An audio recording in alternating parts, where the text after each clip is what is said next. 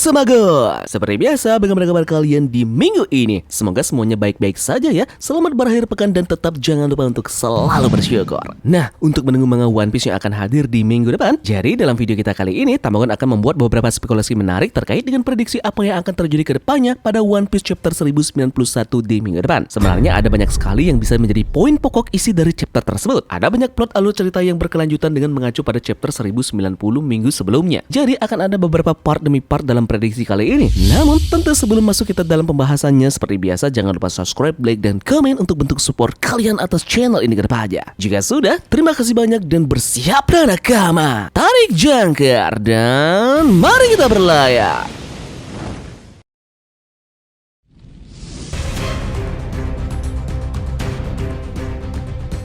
Rencana untuk pemerintahan dunia menghancurkan pulau masa depan beserta dengan isinya akan sebentar lagi akan segera terwujud. Bagaimana tidak, salah satu dari Laksamana Angkatan Laut yakni Admiral Kizaru sudah masuk ke perbatasan Kubah Gedung untuk menuju ke Sentomaru, mengucapkan selamat datang kepadanya. Banyak orang yang sudah memprediksikan tentang pertarungan lanjutan antara bajak laut topi jerami melawan pasukan marinir yang merangsang masuk ke Aegea dalam chapter depan. Namun dalam video ini berbeda. Bagaimana jika yang akan tampil adalah plot lain dalam Pulau Aegea, yakni tentang salah satu hal yang cukup membuat kita penasaran dengan adanya kru bajak laut Yonko lainnya, yakni bajak laut Kurohige yang juga ikut berlayar menuju pulau tersebut. Jadi bukan hanya dua pasukan yang akan melakukan pertarungan di pulau ini, melainkan akan ada musuh yang tidak terduga dan tidak diundang masuk ke dalam pertempuran, dan mereka adalah bajak laut Kurohige. Dengan ini pertarungan akan semakin liar dan menyebabkan banyak sekali konflik yang akan terjadi di sana. Nah, pertanyaan besarnya adalah mengapa bajak laut Kurohige ini juga ikut turut campur dalam pertarungan besar melawan pemerintahan dunia ini? Kapten mereka sendiri yakni Teach tentu adalah orang yang terorganisir, yakni merencanakan sesuatu sebelum semuanya bergerak. Bajak laut ini biasanya sangat licik dengan melakukan pergerakan dan harus mendapatkan keuntungan dari pergerakan yang mereka lakukan. Mereka lantas akan bisa dipastikan kabur dalam upaya mereka yang sudah berhasil mendapatkan keinginan mereka. Ada banyak contoh yang mereka lakukan, seperti semisal mendapatkan anggota bajak laut diimpel down dengan memporak-porandakan penjara tersebut dan berupaya langsung kabur. Belum lagi mereka juga turut campur dalam masuk ke dalam pertempuran di Marineford dengan tujuan mereka yakni mengambil kemampuan dari Oyaji Shirohige. Dan dua pergerakan mereka yang paling anyar yakni menginvasi pulau wanita yakni Amazon Lily. Di sana mereka mendapatkan keuntungan yakni menangkap dan menculik Kapten Kobe. Itu lagi pergerakan lainnya adalah menghancurkan bajak laut Hati beserta dengan mengambil salinan road poneglyph yang bajak laut ini miliki. Nah,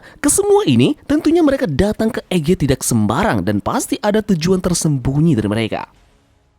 Kita sekarang berada di final saga dan bukan hanya Luffy dan kru topi jerami yang mengincar warisan dari Goldie Roger yakni One Piece. Kaisar lainnya juga sedang bergerak. Sekarang kita tahu semua bahwa empat kaisar menyadari bahwa kunci utama untuk mencapai Laugh Tale, pulau terakhir di Greenland di mana diperkirakan One Piece berada, adalah 4 road poneglyph. Tapi mendapatkan road poneglyph saja tidak cukup. Seseorang harus tahu cara membaca naskah kuno yang tertulis di batu itu untuk menguraikan lokasi 4 pulau tertentu untuk dapat memetakan lokasi dari Laugh Tale. Nah, sekarang satu-satunya yang kita tahu yang benar-benar dapat membaca poneglyph yang masih hidup hanya 2 orang, yakni Nico Robin dan juga Kozuki Sukiyaki. Nico Robin adalah orang terakhir yang selamat dari Ohara. Dia juga orang terakhir yang diketahui diyakini bisa membaca naskah kuno poneglyph. Nikiwan Ohara lainnya yang telah mempelajari naskah kuno ini semuanya telah tewas selama insiden Ohara. Orang lain yang bisa membaca poneglyph yang tidak kenal dunia karena diyakini telah meninggal dan berita hampir tidak keluar dari Wano karena merupakan negara tertutup, dia adalah Kozuki Sukiyaki. Sukiyaki berasal dari keluarga Kozuki, klan tukang batu yang menciptakan batu yang tidak bisa dihancurkan ini, yang dikenal sebagai poneglyph. Pengetahuan tentang cara membaca dan menulis teks kuno diturunkan dari generasi ke generasi dari klan Kozuki ini. Nah, karena Kozuki Oden bisa membacanya, kemungkinan besar dia mempelajari dari ayahnya, yakni Sukiyaki. Nah, dia pun ingin menyampaikan pengetahuan ini kepada putranya Momonosuke, namun dia tidak pernah dapat kesempatan karena dia telah dieksekusi di Wonokuri. Jadi, dua orang ini benar-benar bisa membaca poneglyph.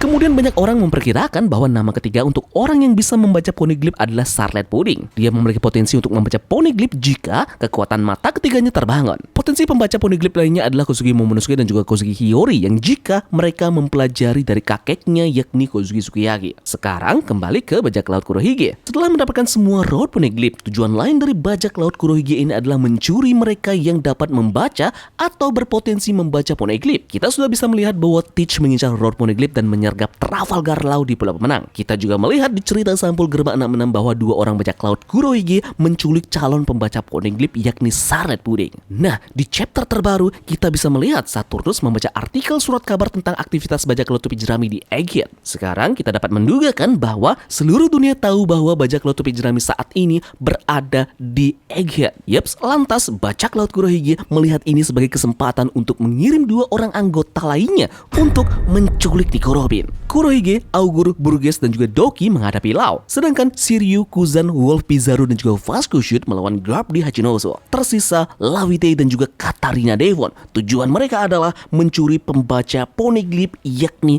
Nico Robin. Keduanya memiliki kekuatan yang merepotkan, hipnotis dan juga transformasi ataupun penyamaran. Mereka pasti akan menambah lebih banyak kekacauan dalam situasi yang sudah kacau di Egghead. Kebingungan akan pasti terjadi. Bahkan ada hal yang menurut Tamagon sedikit janggal di sini pada saat chapter kemarin, di mana di sana memperlihatkan adanya percakapan antara Jewelry, Bonnie dan juga Luffy. Di sini Bonnie sudah berdamai dengan keadaan. Dia merasa lebih lega setelah dia tidak jadi membunuh Vegapunk. Namun Luffy merasa ada yang aneh pada diri Bonnie. Dia berkata, kenapa suasana hatimu tiba-tiba bagus? Kita juga agak sedikit aneh padahal sebelumnya Bonnie sangat menggebu-gebu ingin membunuh Vegapunk. Lihat juga ekspresi wajah yang dimiliki oleh Bonnie pada saat itu. Nah, bagaimana jika itu bukan Bonnie yang asli, melainkan adalah kamuflase yang dilakukan oleh Katarina Devon? Memang masih belum dipastikan ya, namun dengan gerak-gerik aneh yang dimiliki oleh Bonnie ini, kita patut bertanya-tanya tentang hal tersebut. Jadi, bagaimana menurut kalian dengan hal ini?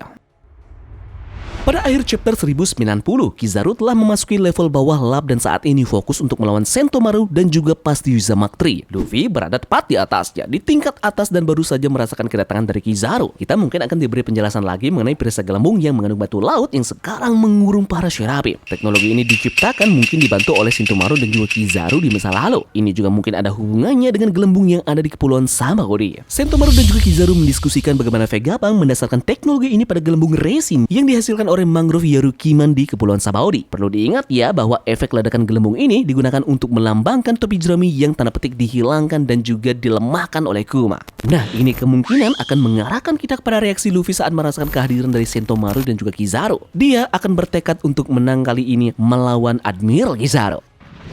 Kizaru adalah orang yang cerdas. Dia memiliki banyak informasi dari Luffy. Untuk meningkatkan peluangnya mengalahkan Sentomaru dan juga Pacific Mark III dengan lebih cepat dan efisien, dia kemungkinan akan melepaskan Seraphim. Seraphim saat ini dipenjara dalam gelembung yang mengandung batu laut yang sama yang dapat digunakan oleh Pacific Mark III untuk bertahan. Nah, mungkin dalam kasus ini, nanti Kizaru punya kunci untuk membuka gelembung buatan Vegapunk tersebut. Dia punya semacam cara karena dia juga ikut turut campur dalam membangun teknologi gelembung buatan Vegapunk ini di masa lalu. Seraphim akan bebas sekali lagi dan tiba-tiba topi jerami akan berhadapan dengan musuh yang menyerang lab dan sudah berada di dalam lab. Saat inilah manusia licik yakni Lucy akan berusaha untuk membunuh Vegapunk. Lucy akan menyerang Vegapunk dan kru bajak laut topi jerami yang lainnya tidak akan tinggal diam-diam melihat hal tersebut. Klimaks dari chapter ini mungkin seluruh Pacific Mark III akan hancur beserta dengan Frontier Dome yang terbuka. Itu pun akan diikuti dengan terlukanya Vegapunk yang sempat dilukai oleh Rob Lucci.